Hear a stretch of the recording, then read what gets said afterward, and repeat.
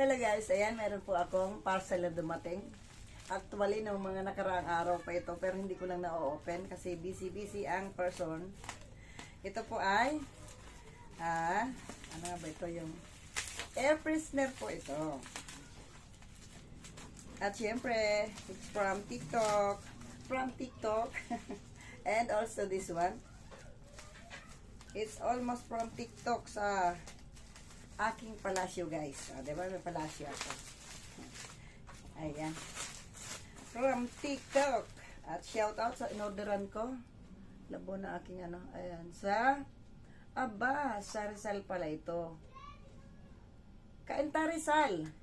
Ayan, di ko na po mabasa. From Cainta Rizal. Ayan, thank you sa magandang packaging.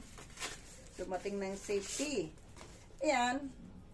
Lavender siya, guys. Yan.